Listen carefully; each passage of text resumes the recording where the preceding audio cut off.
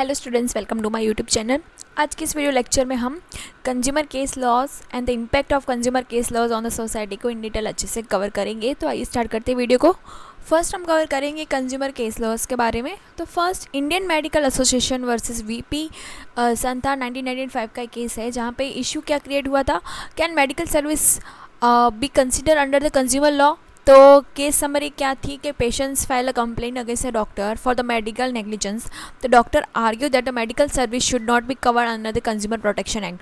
तो पूरा केस यही था कि मतलब कोई डॉक्टर ने कोई मेडिकल नेग्लिजेंसीज वहाँ पे रखी होगी और पेशेंट को कुछ हार्म हुआ है, ठीक है, कुछ इंजरी हुई है, तो वहाँ पे पेशेंट ने वहाँ पे क्या कर दिया, केस फाइल कर दिया कंज्यूमर प्रोटेक्शन एक्ट के तहत। तो वहाँ पे क्या एक्चुअल में जजमेंट आई इससे, the supreme court rule that the persons are the consumer and the medical professional provide the paid service fall under the consumer law.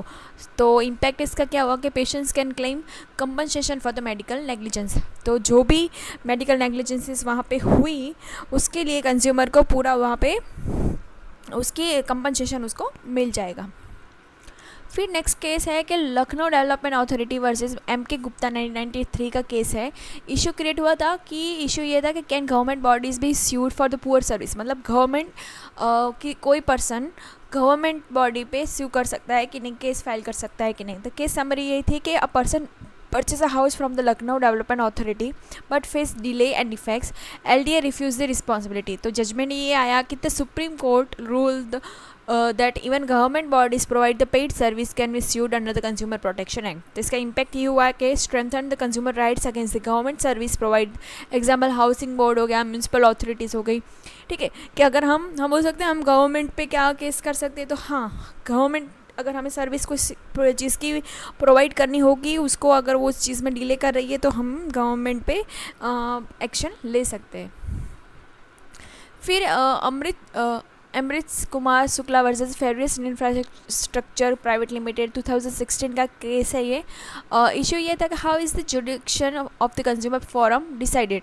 ठीक है, तो केस वही था कि किस तरह से jurisdictions of the consumer forum decide होती है, मतलब कौन वहाँ पे किस तरह से उस केस को सुना जाएगा और उसका कौन सा रिजल्ट कैसे दिया जाएगा।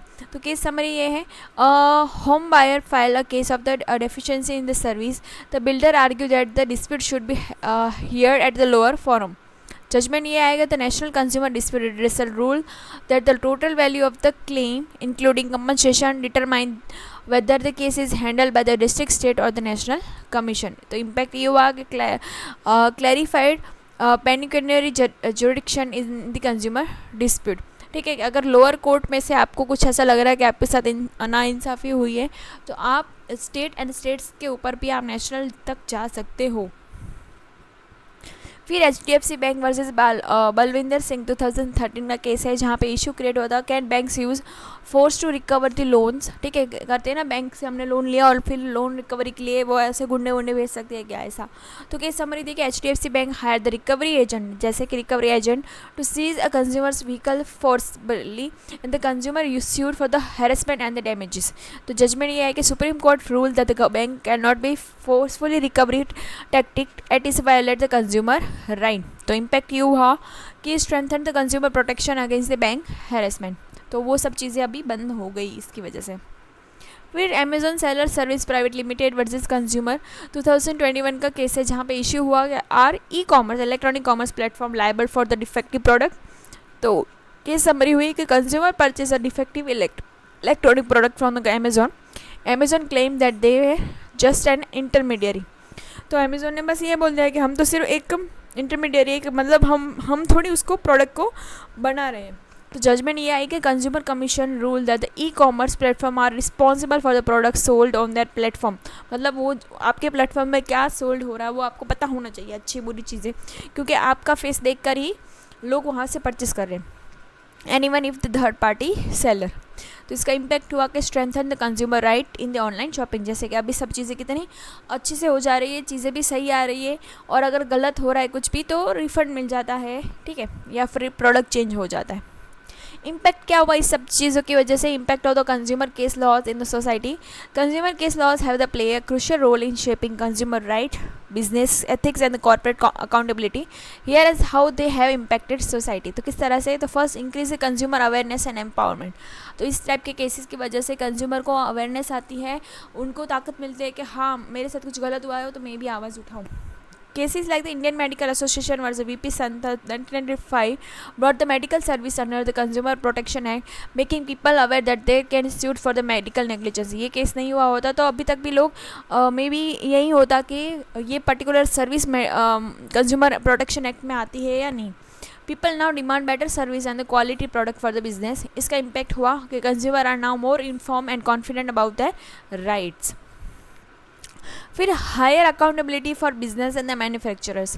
Like case like the Nestle India and the Maggi noodles ban force company to ensure product safety before selling. ठीक है, वही कि आप जो प्रोडक्ट इतनी बड़ी बड़ी कंपनीज है, नेस्ले हो गया, मैगी हो गई, कोका कोला हो गई, तो ये सब क्या कर रही है कि उनको show that even big brands can be held accountable for the containment food and the drinks. आप अपने प्रोडक्ट में क्या डाल रहे हो, सब जो इंग्रेडिएंट आपको लिखने हैं उसकी वजह से कोई पर्सन को कुछ हार्म नहीं होना चाहिए. इम्पैक्ट क्या हुआ? Business follow the higher quality standard to avoid the legal issue.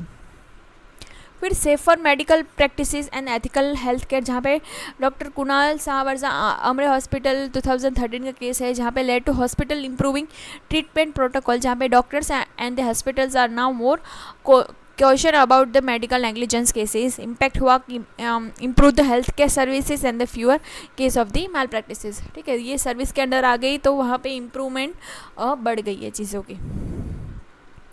फिर protection against banking and insurance fraud, HDFC banks versus Balwinder Singh, जहाँ पे फोर्सफुली लोन रिकवरी करी जाती थी, वो केस हो गया. National insurance company versus Hindustan safety glass work ensure that the fair treatment of the insurance claim.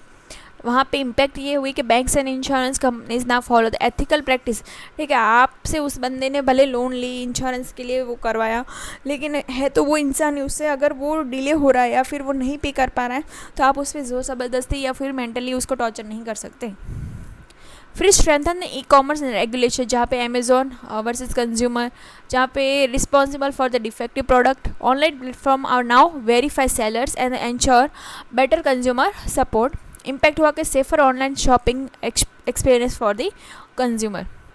फिर faster and more effective consumer dispute redressal, Amrish Kumar Shukla and furious infrastructure case की वजह से क्या हुआ कि रिड्यूसिंग डिले कम हो गया. अभी कि आपको न्याय मिलने में टाइम जा रहा था तो वो टाइम थोड़ा कम हो गया. Consumer protection act 2009 introduce. तो फाइलिंग आप कर सकते हो, ऐसे ज़रूरी नहीं है कि आपको कोर्ट में जाकर ही आप कंप्लेंट फाइल कर सकते हो. तो इसका इम्पैक्ट हुई कि consumer can now resolve dispute quickly and easily. फिर consumer case have the transform India's consumer landscape by making business more ethical and transparent, ensuring safe product and service for people, and creating stronger legal protection for the consumer and encourage corporate social responsibility. ठीक है, आप society से कुछ ले रहे हो तो society को आपको वापस कुछ देना है, वो CSR में आता है. ठीक है, आई होप से इस वीडियो से आपको थोड़ी हेल्प मिली होगी. Thanks for watching.